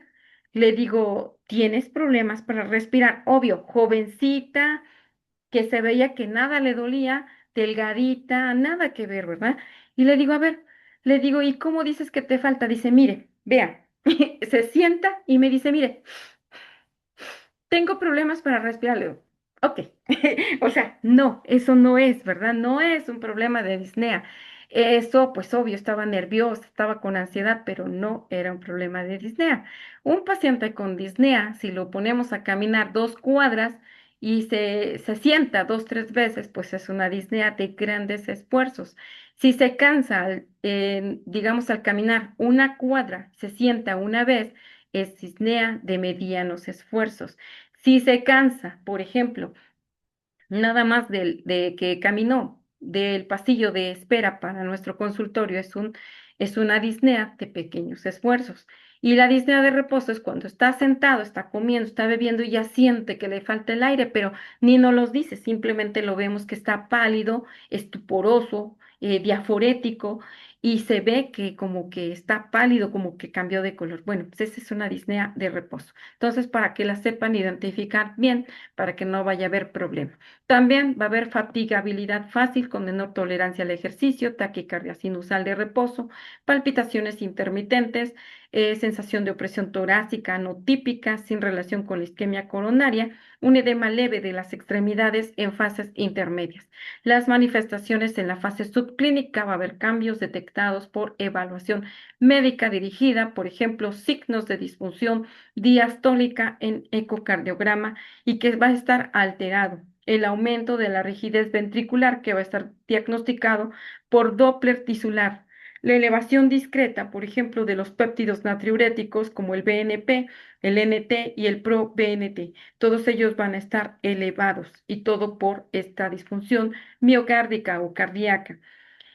También los latidos cardíacos van a estar más fijos o con menor variabilidad de la frecuencia cardíaca por una neuropatía autonómica cardíaca. Esa es la parte subclínica. Ahora, las manifestaciones en fase avanzada, el paciente presenta signos clásicos de insuficiencia cardíaca, como por ejemplo disnea en reposo o mínima actividad de la NIJA 3 a la 4. Ya quedamos cuál es el NIJA 3 y 4. La ortopnea, la disnea paroxística nocturna, el edema periférico franco, o sea, principalmente manifestado en las extremidades, la ingurgitación yugular que se ve aquí a nivel del cuello, la hepatomegalia congestiva, la citis en casos avanzados, la intolerancia severa al ejercicio, ¿verdad? Entonces todo esto va avanzando, si se dan cuenta. Y ahora veamos el cuadro clínico que va a estar asociado a una neuropatía autonómica cardíaca. Y vemos, por ejemplo, que la diabetes causa daño en las fibras autonómicas cardíacas, taquicardia de reposo persistente, es decir, de más de 90 a 110 latidos por minuto, más de 100, 120, 130, eso es una taquicardia sinusal de reposo y persistente con intolerancia al ejercicio. Aquí, por ejemplo, cuando están sospechando de una taquicardia, tienen que tomarle un perfil tiroideo porque también un hipertiroidismo podría generar un incremento de la frecuencia cardíaca. También cuando hay ausencia de incremento normal de la frecuencia cardíaca ante estrés o ante ejercicio, pues si está ansiosa, pues cómo están los latidos del corazón, pues van a estar aumentados, ¿verdad? La hipotensión ortostática y el mayor riesgo de arritmias ventriculares y de muerte súbita. También tenemos manifestaciones clínicas relacionadas con la microangiopatía, por ejemplo, un daño microvascular propio de la diabetes, una isquemia miocárdica silente sin dolor, una alteración que tenga, por ejemplo, en la perfusión microvascular detectable por estudios de medicina nuclear. También esto se puede detectar así. Otra, que tenga una reducción del flujo coronario en reposo y con estrés. Y otra, que tenga una mayor susceptibilidad a falla cardíaca pese a las coronarias normales. Entonces, todo esto puede tener otros signos de examen físico temprano, pues un soplo mesosistólico, es decir, a nivel sobre todo del foco aórtico, del foco pulmonar o tricuspidio, se va a encontrar ahí el soplo mesosistólico por alteración en el llenado ventricular. Se le conoce como un S4 presente, sobre todo por el ventrículo que está rígido por la hiperglucemia crónica. También puede tener un aumento del impulso apical indicando hipertrofia, una taquicardia persistente y una parecia en variabilidad de la frecuencia cardíaca, ¿verdad? Hay signos, por ejemplo, de examen físico avanzado, un S3 presente por fallo en el llenado ventricular, crepitantes basales. ¿Qué son los crepitantes? Son los ruidos agregados que tenemos a nivel pulmonar y que se van a escuchar como el frote de nuestro cabello. Lo frotamos y así se va a escuchar a la auscultación cuando nosotros colocamos el estetoscopio. Nos colocamos, por ejemplo, el estetoscopio a nivel pulmonar de nuestro paciente y vamos a escuchar esos estertores crepitantes en las bases pulmonares. Otra más, frialdad y palidez distal por el bajo gasto, ¿verdad? Que diga que todo el tiempo está frío. También puede tener un pulso alternante en la disfunción sistólica severa. Puede tener hepatomegalia y puede ser esta dolorosa. Tocamos y se toca que está crecido el hígado, pero que le duele. Y otra que tenga un edema depresible. Tocamos y se hunden nuestros dedos, ¿verdad? Entonces, todo esto puede presentar nuestro paciente. Otro más, ¿qué va a presentar una mujer diabética? Por ejemplo, existe una mayor prevalencia de los síntomas que los hombres, o sea, ellas sienten más este problema, pueden tener disnea más temprana, intolerancia marcada al ejercicio, con mayor rigidez ventricular en etapas iniciales, pueden tener una mayor prevalencia de una microangiopatía coronaria. También pueden tener, por ejemplo, eso en las mujeres. Ahora, en los hombres, puede tener un cuadro clínico hombres jóvenes con diabetes mellitus tipo 1. Estos pacientes diabéticos tipo 1 pueden presentar una cardiopatía diabética que puede aparecer en ellos, pero también en los diabéticos tipo 2 y jóvenes, ¿verdad? Entonces predomina aquí una disfunción diastólica temprana con síntomas sutiles de fatiga, de disnea ligera y con una mayor asociación a neuropatía autonómica cardíaca precoz, ¿verdad? Ahora, eso es en adultos jóvenes, aquí son adultos mayores. Los síntomas más inespecíficos pueden presentar solamente cansancio, mareos, confusión, a veces palpitaciones. También tenemos que hacerles su estudio para que veamos si tienen este problema. Tienen tendencia a descompensaciones agudas y es frecuente que la coexistencia con otras comorbilidades, es decir, ellos van a venir con todo el combo junto, ¿verdad? Porque vienen con la cardiopatía diabética, la hiperglucemia, la hipertensión, la nefropatía diabética, son obesos, todo junto, ¿verdad? Todo el combo junto. Son raros los que llegan nada más por este problema que tiene de una descompensación miocárdica o cardíaca, ¿verdad? Entonces, aquí, por ejemplo, ¿por qué se presentan al servicio de urgencias? Estos pacientes diabéticos con cardiopatía diabética van a llegar por disnea súbita, de repente o desvanecimiento, ¿verdad? Estaba sentado, se desvaneció, o estaba caminando y se cayó. Y dicen, ¿qué le pasó? Pues no sabe, solo siente que se mareó, o le faltó el aire y ya no pudo y pues ahí quedó. ¿Verdad? Otra, pues que lleguen con pleno edema agudo pulmonar, que no puedan respirar y que escuchemos que llegan muy descompensados y que tienen agua a nivel pulmonar. Entonces, pues tenemos que pues eliminar eso con diuréticos. Otra, que haya llegado al servicio de urgencias por una arritmia ventricular o supraventricular o con una hipotensión severa. También con síntomas vagos, sin dolor torácico, y esto pues todavía dificulta más el diagnóstico, porque llegan y como que siente algo, pero no sabe qué, solamente se pone pálido, siente como que no puede regresar a su domicilio, pero que no sabe ni qué tiene, ¿verdad? Eso también puede llegar por esa situación al servicio de urgencias y es una cardiopatía diabética.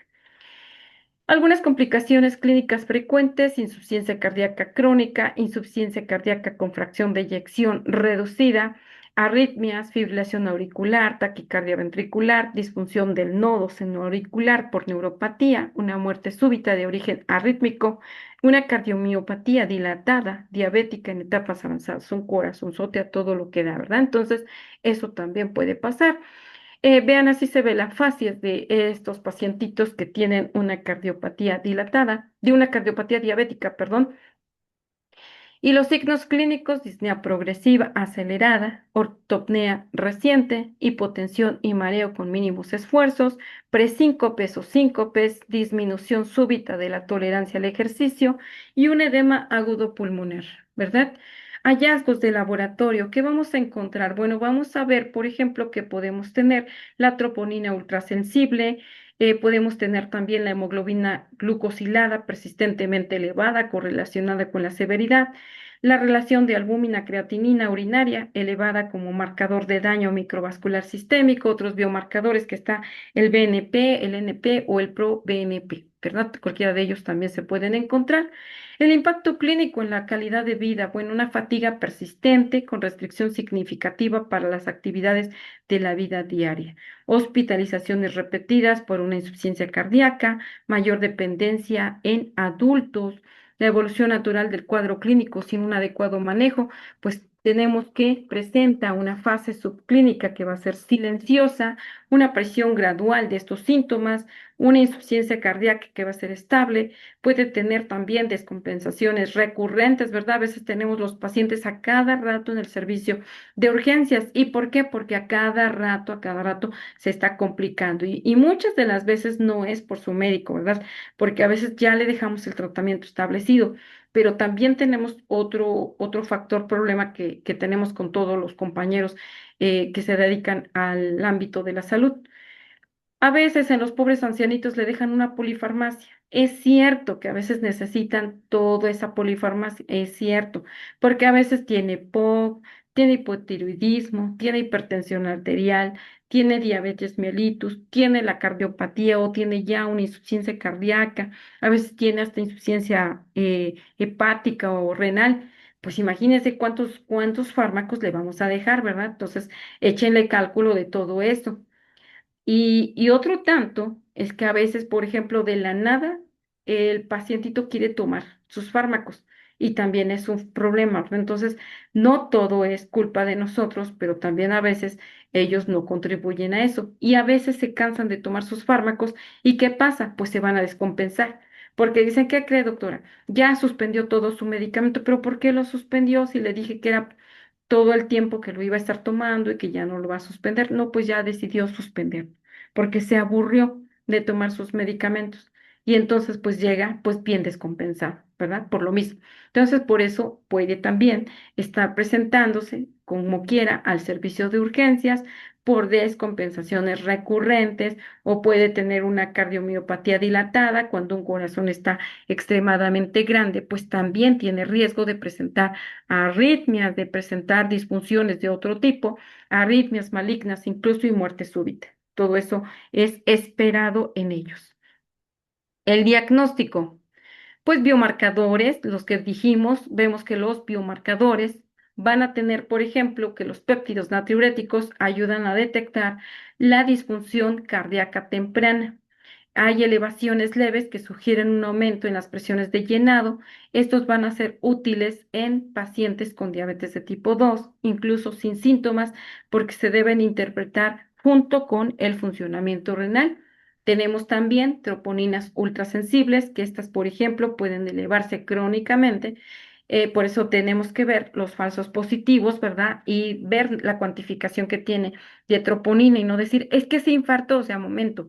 A lo mejor están elevados ya de forma crónica por ser diabético y por tener hiperglucemia crónica, ¿verdad? Entonces, no nada más es decir, ya está positivo y es que se infartó. Pues no. Por microlesiones miocárdicas sin infarto. También pueden tener elevaciones persistentes y se asocian con un riesgo de progresión a insuficiencia cardíaca porque no se cuida. En el electrocardiograma, permítanme, ya ronca mi.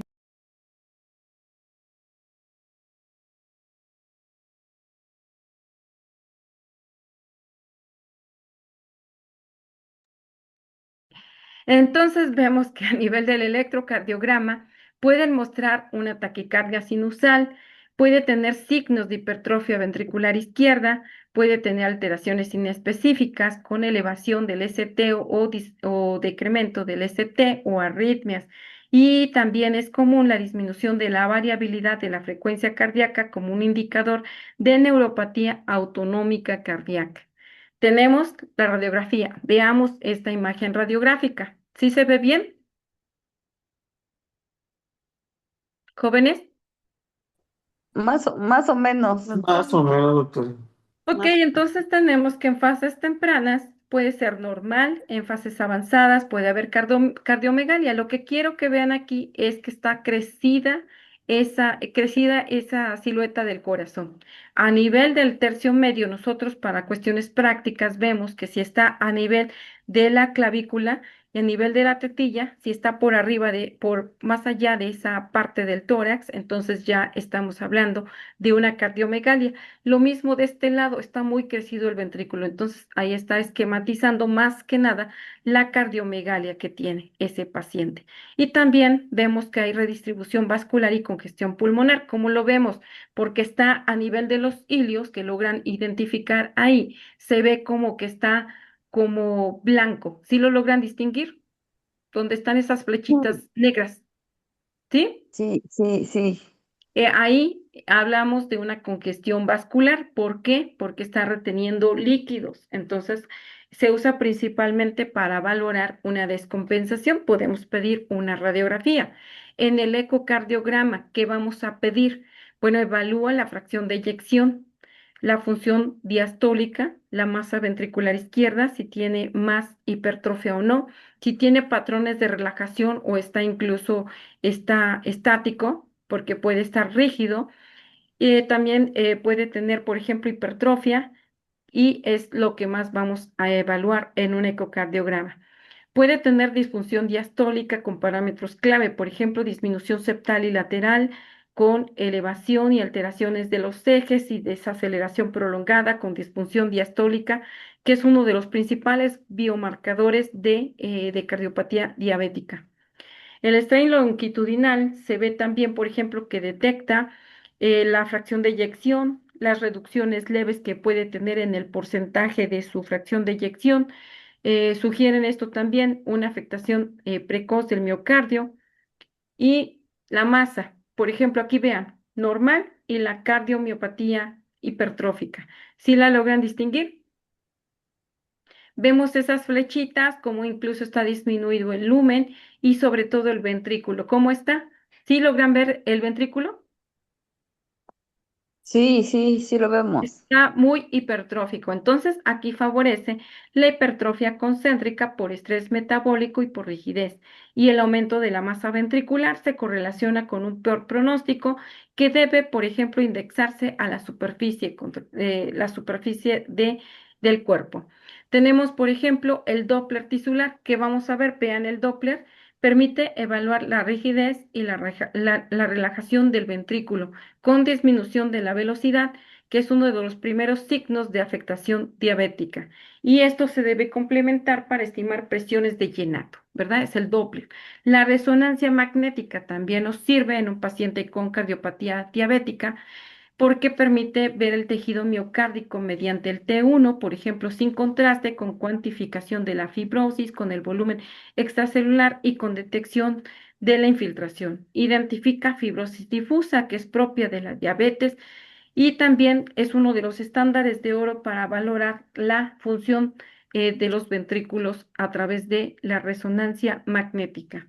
La perfusión miocárdica también se ve con estudios de medicina nuclear para identificar una microangiopatía típica en cardiopatía diabética, incluso en arterias coronarias, sin lesiones significativas, que sea útil en angina atípica o en disnea sin causa aparente. Las pruebas de esfuerzo. Esta es una prueba de esfuerzo que se usa para evaluar la tolerancia al ejercicio y detectar una isquemia silenciosa. La diabetes predispone a isquemia sin dolor y estas pruebas son importantes en pacientes con factores de riesgo elevados porque pueden incluso presentar un riesgo y nosotros aún no lo hemos podido evaluar. Otra más sería la evaluación de la neuropatía autonómica porque incluye pruebas de variabilidad de frecuencia cardíaca con respuesta a maniobras vagales y pruebas ortostáticas.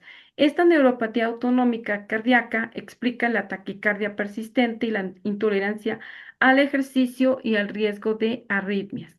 Veamos, aquí para evaluar las comorbilidades asociadas, ya tiene nuestro paciente con cardiopatía diabética, tiene su problema en el corazón, pero ¿qué otras, por ejemplo, qué otras patologías o comorbilidades nos interesan? Bueno, pues se debe evaluar la función renal, el perfil de lípidos, la presión arterial, la albuminuria, el estado metabólico, la presencia de una nefropatía o dislipidemia acelerada con daño miocárdico. Ahora, nosotros ya identificamos que es una cardiopatía diabética, pero tenemos que hacer también un diagnóstico diferencial. Podemos también tener, aparte de la cardiopatía diabética, puede tener una cardiopatía hipertensiva, una enfermedad coronaria microvascular, una insuficiencia cardíaca por isquemia, unas miocardiopatías infiltrativas por amiloidosis o por otro tipo de factores, o incluso una miocarditis infecciosa sin que nosotros podamos verla, pero tenemos que descartar varias cosas, ¿verdad? Los criterios diagnósticos propuestos, aunque no existe un criterio universal, se acepta, por ejemplo, que debe de tener diabetes, disfunción cardíaca estructural o funcional, ya sea en diástole o en sístole, con ausencia de hipertensión arterial significativa, con ausencia de enfermedad coronaria obstructiva. El tratamiento, finalmente, ya casi acabamos, ¿eh? Ya no se desesperen. Ya, el tratamiento de la cardiopatía diabética. Tenemos que dar un enfoque general. El tratamiento se centra en controlar las metas de diabetes, reducir el estrés oxidativo, disminuir la rigidez ventricular y prevenir la progresión a insuficiencia cardíaca. También incluye medidas farmacológicas, no farmacológicas. Todas estas están integradas en las guías 2024 y 2025. ¿Alguna duda hasta acá? No, maestra. No, maestra, todo bien.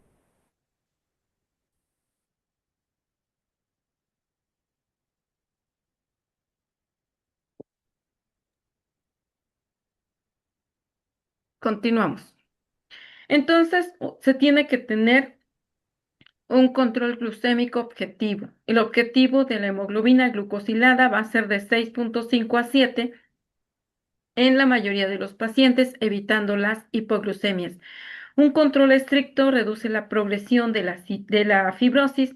Los AGE y los RAGE dan un remodelado al ventrículo izquierdo y esto se debe de individualizar de acuerdo a la edad y a las comorbilidades.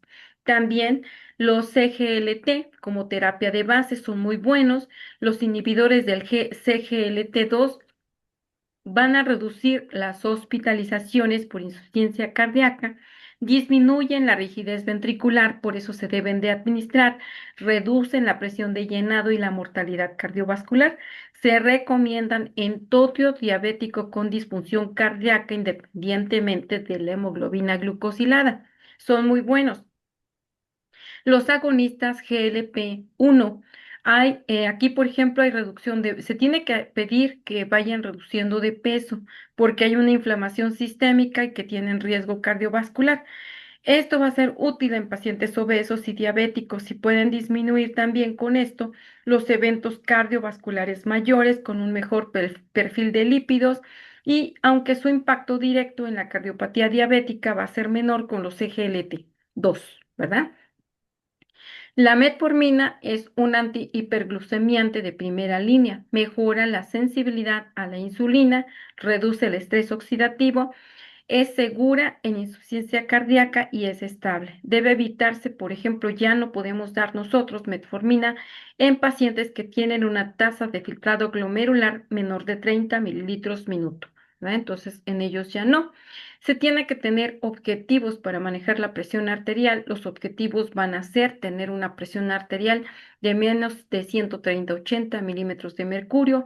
Se dan inhibidores de la enzima convertidora de la angiotensina, se dan los ARA2, que son preferidos por sus efectos de remodelado y de fibrosis. Se dan también betabloqueadores que se añaden en disfunción sistólica o taquicardia persistente. Los, perdón. Los ARM también son útiles en insuficiencia cardíaca con FEBI reducida. Pero el control de lípidos intensivo, se dan estatinas, son recomendadas en todos los diabéticos con riesgo cardiovascular. El LDL debe de estar menor de 70 miligramos de cilitro en pacientes de alto riesgo, en menos de 55 en muy alto riesgo. Y estos se disminuyen progresivamente independientemente de la microangiopatía diabética. También se da tratamiento de la insuficiencia cardíaca, por ejemplo, en cardiopatía diabética se da manejo con los CGLT2, se controla la presión arterial, restricción moderada de sodio, diuréticos para la congestión, se maneja de forma activa la obesidad y la apnea del sueño. Todo es un tratamiento integral si se dan cuenta. El tratamiento de la insuficiencia cardíaca incluye la terapia cuádruple estándar de IECAS, de ARA2 y de ARN1, beta bloqueantes, ARM, los CGLT2. El objetivo es reducir el remodelado, evitar la mortalidad y los reingresos continuos a los servicios de urgencias. El manejo de las arritmias en caso de que haya una fibrilación auricular se dan beta bloqueantes y calcio antagonistas. También se debe considerar la anticoagulación dependiendo del CHATS. ¿Qué es el CHATS? Pues es el riesgo que tenemos para que un paciente nos pueda sangrar o no. Si tiene, por ejemplo, un CHATS adecuado, vamos a dejar nosotros tratamiento anticoagulante adecuado a los factores de riesgo que tenga nuestro paciente. Si tiene un CHATS elevado, entonces significa que están contraindicados esos anticoagulantes. En el caso de una neuropatía autonómica, esta incrementa el riesgo de taquiarritmias ventriculares, por lo que debe valorarse esta monitorización. Y finalmente la rehabilitación cardíaca, ¿qué hace? Pues mejora la capacidad funcional, el consumo de oxígeno, la variabilidad en la frecuencia cardíaca y el perfil metabólico, y esto va a ser fundamental en pacientes con disfunción leve a moderada. La reducción de peso es importante, el exceso de grasa visceral empeora la resistencia a la insulina y la rigidez miocárdica. El GLP-1 y la dieta supervisada son herramientas clave. Su objetivo es la pérdida de peso de un 5 al 10% de su peso actual. El tratamiento de la neuropatía autonómica pues incluye un control estricto de la glucosa, una actividad física regular, el manejo de la hipotensión ortostática si es que aparece, se reducen los fármacos que pudieran empeorar esto, El manejo de las comorbilidades se tiene que tratar el EPOC, la apnea obstructiva del sueño, la enfermedad renal, la anemia, las condiciones que agravan la insuficiencia cardíaca y se controla la albuminuria de manera intensiva. La prevención es secundaria a todo lo que acabamos de decir. Se usan antiagregantes en caso de que exista riesgo alto o evidencia de enfermedad cardiovascular. Se consideran las estatinas y la antiagregación dual según el perfil vascular. Las intervenciones no farmacológicas, dieta mediterránea, moderada en carbohidratos, es decir, no grasa, no aceite, no refrescos, no jugos enlatados, evitar panes, evitar galletas. Puede consumir frutos secos, puede consumir dieta light o leche light o leche de soya, perdón, leche light o de soya, ningún edulcorante ni saborizante artificial. Puede tomar su té, puede tomar su café, puede tomar su agua de frutas naturales, pero todo sin azúcares, ni miel, ni panela, ¿verdad? Porque también a veces lo endulzan de alguna otra manera. Evitar pan dulce o galletas, eso es muy importante. Si se les antoja el pan, pueden comer pan integral. Si se les antoja, por ejemplo, comer pura carne maciza, asada, hervida o al vapor. Esa es la dieta mediterránea y pueden comer frutos secos, ¿verdad? Entonces, sí, es muy importante. Ejercicio aeróbico regular, abandono de tabaco, abandono de drogas, manejo del estrés, reducen, por ejemplo, la inflamación y la progresión, evitan la progresión de la cardiopatía diabética. Estrategias en adultos mayores, terapia individualizada, evitar hipoglucemia, su objetivo del tratamiento, quedamos que son personas especiales, su hemoglobina glucosilada tiene que estar en 7,5, con manejo cuidadoso de diuréticos, con hipotensores para evitar caídas y deterioro renal. El monitoreo de seguimiento, ecocardiograma anual, evaluar la función diastólica, el control de biomarcadores también de forma anual. Los indicadores de mal pronóstico, pues incremento progresivo de la dilatación ventricular, el aumento de la fibrosis por resonancia magnética, los biomarcadores elevados y el control deficiente de glucosa, las arritmias ventriculares, pues todos ellos pueden tener aumento progresivo de la cardiopatía diabética y ocasionar muerte súbita, ¿sí? Y hasta allí terminamos el tema de hoy. ¿Alguna duda, algún comentario que quieran hacer con respecto a este tema? Es muy extenso, si se dan cuenta, pero es muy importante conocer todo acerca de una cardiopatía diabética. Obvio que lo traté de resumir lo más que se pudo para que, pues ahora sí que se entienda lo más importante, relevante de esto. Ya si quieren ustedes ahondar más en este punto de estos temas de las complicaciones de diabetes, por supuesto que les vamos a otorgar, les vamos a enviar algunos artículos para que se pongan a revisarlos, a leerlos, ahí en sus ratos de ocio y libertad, ¿verdad? Entonces, pues bueno, me dicen si tienen alguna duda, con toda confianza, escuchamos. No, Todo maestra, bien, maestra, gracias. gracias. Ok, ¿sí les gustó el tema? Muy interesante. Muy Profa. interesante. Bueno, ok.